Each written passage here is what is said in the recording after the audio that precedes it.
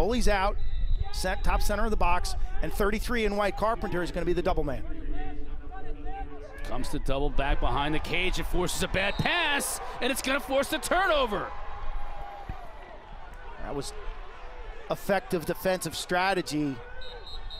Denver's got to show more poise and confidence with the ball, though. You've got a V cut to get open. You got to show more confidence to carry while you're getting hammered. And Coach T can't believe it. Danowski's like, hey, nice call, Ronnie. Where'd it go? Only because you're from his neck of the woods can you do that imitation. Well, here it is. Lambert's in good position. Double comes. Your V cut, the V cut there's got to go back towards the ball carrier. So it's in and V out back towards the ball carrier. So it looks like the letter V. You see it in basketball all the time. V cutting is an important offensive skill. Now John Gallant, the defensive coordinator for Denver, trying to draw something up. There's Dino. See, we talked about it before, how in February, sometimes it's tough sledding for the Blue Devils. They always seem to turn it on at the end of the year. Most years anyway.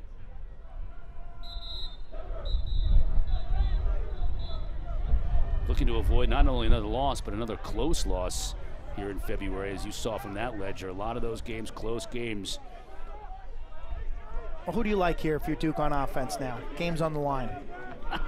Who's on our screen right now? Yeah.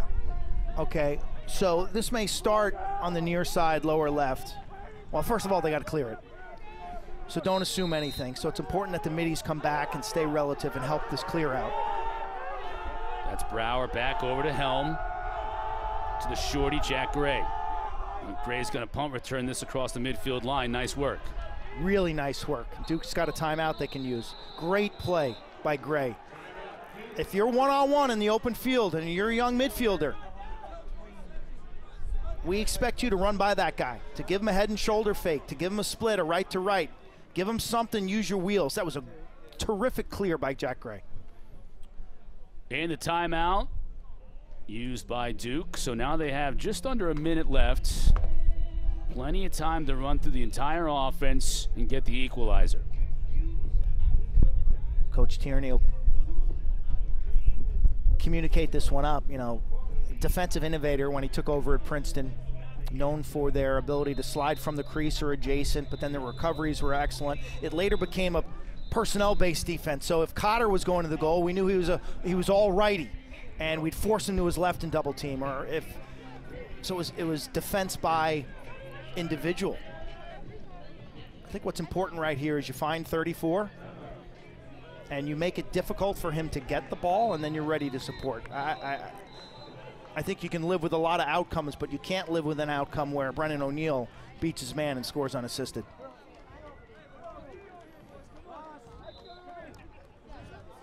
Denver still has a timeout, so if there's a stoppage, the ball goes out of bounds after a shot. Wouldn't be surprised to see Coach T use it again to give his defense a fresh breath of air. I don't think these two rivals, Tierney and Danowski, would have it any other way here.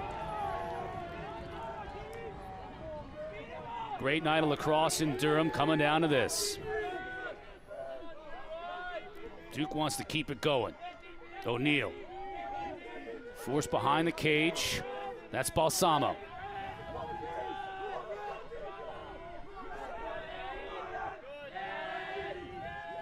Still plenty of time. Balsamo's on the shorty, though, trying to spin in the middle of the field. Shoots! I don't think Thompson saw it. Looked like it went through a screen. Right. Edinger was on him. One in red. Did a nice job. Now O'Neill and Di Benedetto. O'Neill, the question mark, scores!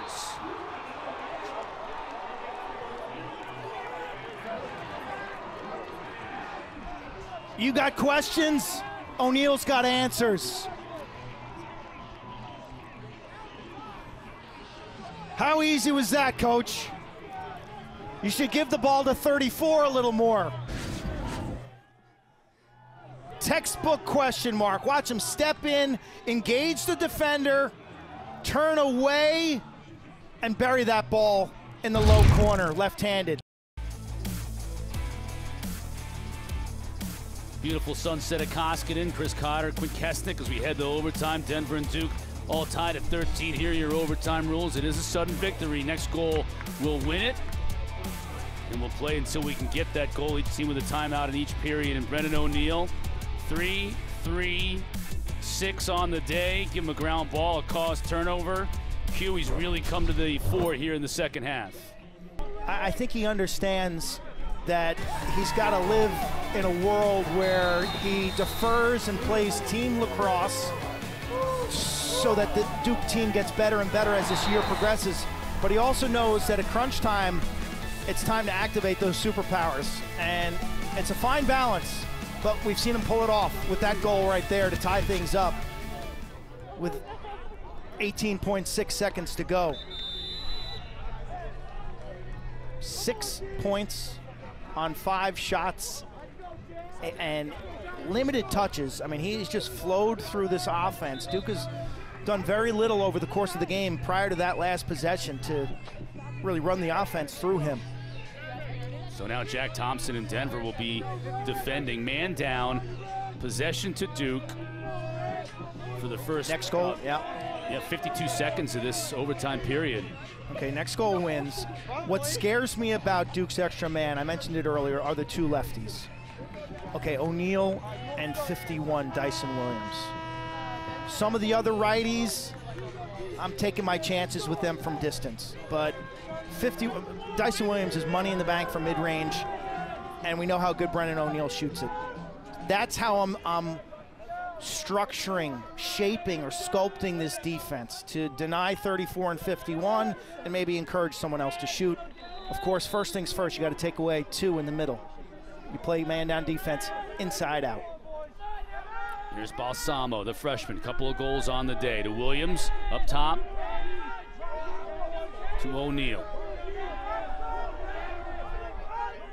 Caputo. McAdory. O'Neill for the win! There it is!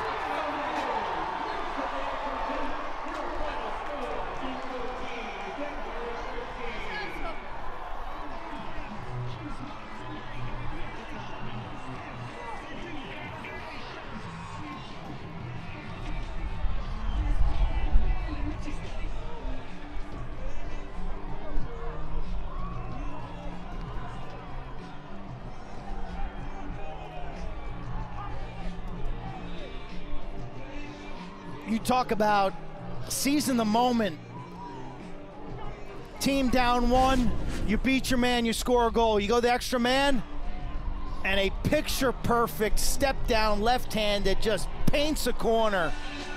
O'Neill scores Duke's last 2 goals. I think his biggest challenge this season is to recognize that he is the superpower on the field and when to activate. When to show the world that he's the best and most dominant collegiate player, and at other times to share the wealth.